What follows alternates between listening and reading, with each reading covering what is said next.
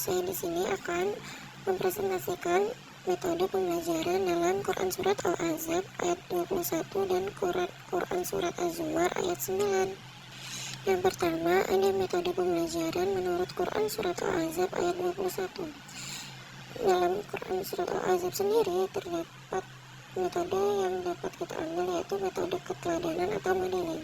Metode guru dalam mendidik siswa yang paling tepat adalah melakukan keteladanan atau pendekatan modeling, karena karakter merupakan perilaku yang bukan hanya diajarkan melainkan juga harus diteladankan, sehingga siswa mampu menginternalisasi nilai dari karakter tersebut dalam dirinya. Hal ini menunjukkan bahwa model atau teladan sangat dibutuhkan dalam mendidik siswa. Menurut Ulwan, metode keteladanan adalah cara mendidik anak melalui pemberian contoh atau teladan yang baik. Dalam Quran Surat Al-Ahzab dijelaskan bahwa Rasulullah adalah suri tauladan bagi kita umatnya, maka dengan itu kita dapat menirunya.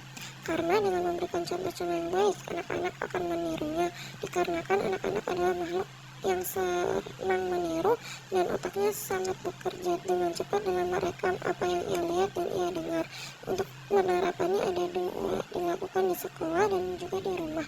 Pendidikan di rumah akan menjadi contoh atau model figurnya adalah orang tua, sedangkan pendidikan di sekolah yang menjadi contoh atau model figurnya adalah gurunya. Nah, dari metode tersebut itu terdapat kelebihan juga kekurangan. Kelebihannya adalah membuat anak menjadi percaya diri, mempunyai ide, dapat mengetahui keadaan yang sesungguhnya, dan membuat suasana belajar menjadi menyenangkan.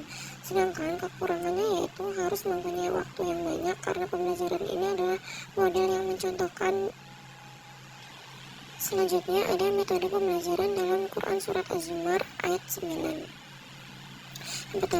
Yang pertama ada metode targhib wa tarhib, yaitu pengajaran dengan cara pendidik memberikan hukuman atas kesalahan yang dilakukan peserta didik, dan juga pemberian penghargaan bagi yang melakukan kebaikan serta kebenaran.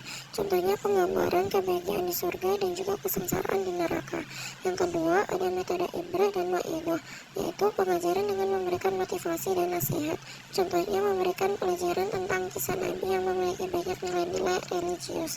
Yang ketiga ada metode qudwah, yaitu proses penyampaian dan penyempurnaan dengan menggunakan keteladanan yang baik sebagai alat untuk mencapai tujuan pembelajaran. Contoh pemberian contoh sifat dan perilaku yang baik dalam sehari-hari yang dimana anak dapat menirunya.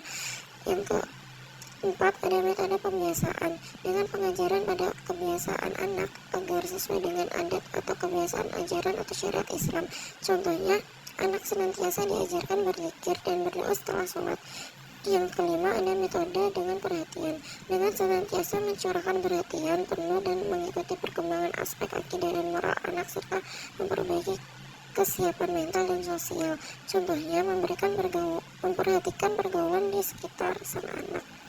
Yang keenam ada metode Amsal, yaitu sebuah metode yang pengumpamaan sesuatu yang abstrak dengan lainnya yang lebih konkret untuk mencapai tujuan atau manfaat pada pembelajaran. Contohnya saat berhitung, anak seringkali angka dimakan seperti buah.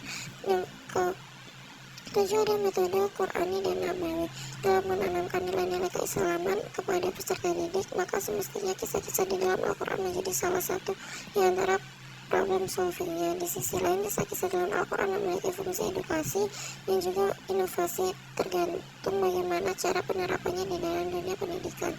Dan yang terakhir ada metode sosiodrama, yaitu metode mengajar dengan cara memberi materi pelajaran dengan didramakan atau diperankan oleh peserta didik. Sekian presentasi yang dapat saya sampaikan. Wassalamualaikum warahmatullahi wabarakatuh.